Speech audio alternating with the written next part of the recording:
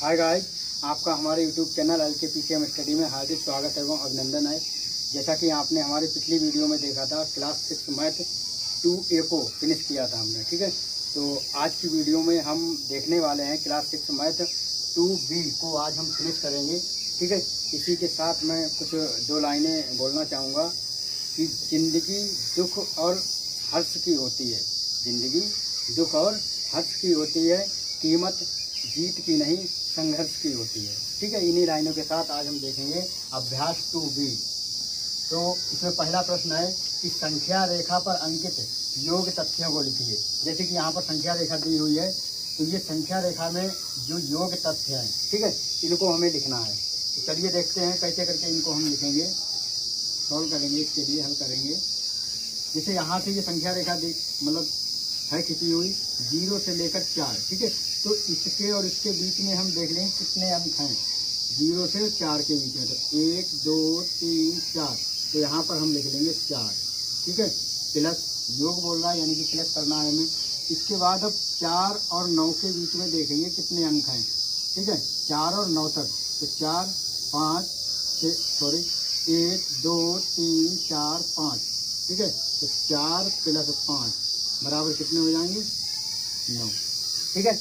इसी प्रकार से अब हम देखेंगे दूसरा सवाल।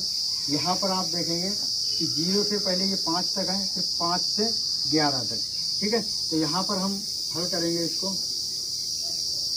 0 से ये कितना चले 1 2 3 4 5, तो यहाँ पर हो जाएगा 5 प्लस, फिर यहाँ से हम काउंट करेंगे 1 2 3 4 5 6, ठीक है। 5 से फिर ये कितनी बार चले 6 बार, तो 5 + 6 बराबर कितना हो गया 11, ठीक है।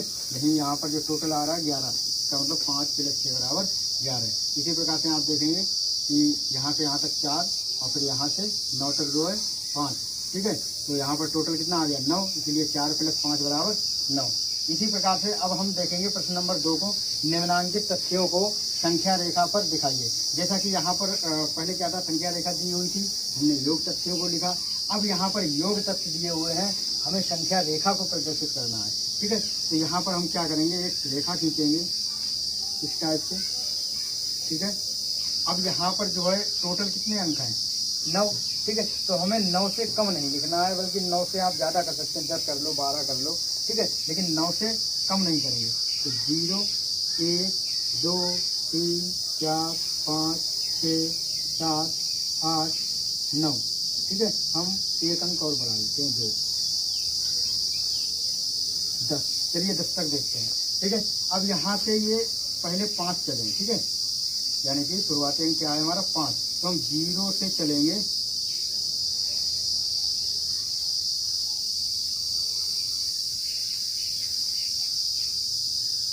5 तक, ठीक है। इसको यहाँ से एरो लगा दो, जिस तरफ चले हो उस तरफ जो है एरो लगा दो।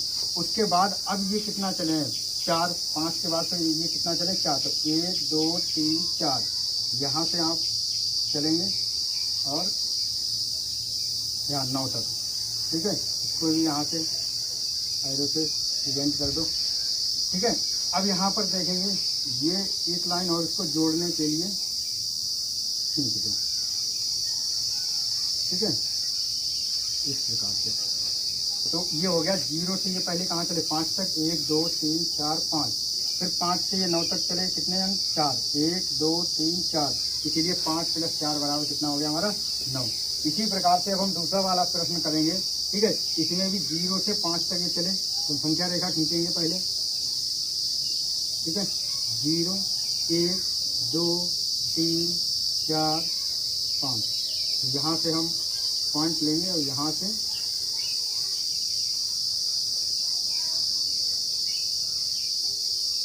5 तक खींच देंगे, ठीक है। और यहाँ पर इस तरफ चले हैं उस तरफ हम एरो लगा देंगे, ठीक है। तो ये हो गया हमारा 0 से 5 तक 5, ठीक है।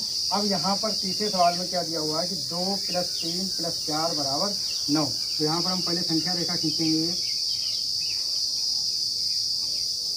0 1 2 3 4 5 6 7 8 9 10, ठीक है।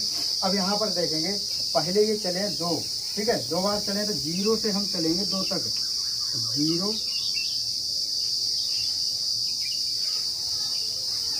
2 तक, ठीक है। 2 के बाद ये कितना चले 3, ठीक है। तो यहाँ से देख लेंगे 1 2 3, ठीक है। तो यहाँ से हम चलेंगे और आएंगे 5 तक। अब 5 से फिर ये कितना चले 4, ठीक है। तो 1 2 3 4, ये आ गए 9 तक, ठीक है। यहाँ पर एरो लगा देंगे जिस तरफ चले हैं।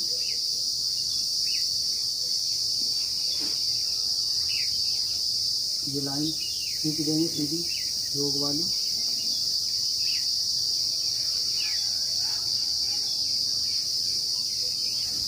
ठीक है। तो 2 यानी कि 0 से हम 2 चले, 2 के बाद फिर कितनी बार चले 3 बार, यानी 1 2 3, यानी कि 2 और 3 कितने हुए 5, और 5 + 4 बराबर 9, ठीक है। टोटल हमारा कितना आ गया 9। इसी के साथ अब हम चलते हैं तीसरे सवाल की तरफ। क्वेश्चन नंबर 3 पर चलते हैं। निम्नांकित कथनों में रिक्त स्थानों की पूर्ति कीजिए, ठीक है। जो कथन दिए हुए हैं इसमें कुछ रिक्तियां दी हुई है, रिक्त स्थान दिए हुए हैं, इनको हमें पूर्ति करना है, इसको फिल करना है, भरना है, ठीक है। तो कैसे करके भरेंगे समझेंगे यहाँ पर। तो देखिए पहले सवाल में इसमें लिखा है 345 + 789 बराबर रिक्त स्थान + 345, यानी कि बीच में बराबर लगा है। तो हमें जो संख्याएं इधर दी हुई हैं वही संख्याएं क्या होनी चाहिए, इधर होनी चाहिए, तभी हमारी क्या होंगी बराबर होंगी, ठीक है। तो यहाँ पर आप देखेंगे 345 दोनों जगह हैं। यहाँ पर 789 है, यहाँ पर क्या होना चाहिए भाई 789 यहाँ आएगा, तभी तो ये दोनों इक्वल होंगे, बराबर होंगे। तो यहाँ पर हम क्या लिखेंगे 789। इसी प्रकार से आप दूसरा सवाल देखेंगे, यहाँ पर लिखा 2889 + 0 बराबर कितना होना चाहिए।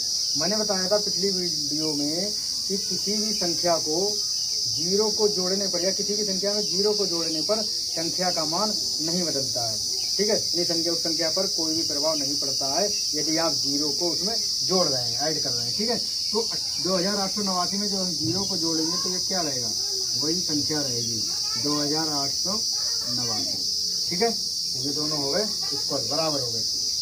अब इसमें देखेंगे तीसरे में 234 + 456, ठीक है, ये एक समूह में है, और + 789 ये अलग है, बराबर रिक्त स्थान + 456 + 789 ये एक समूह है।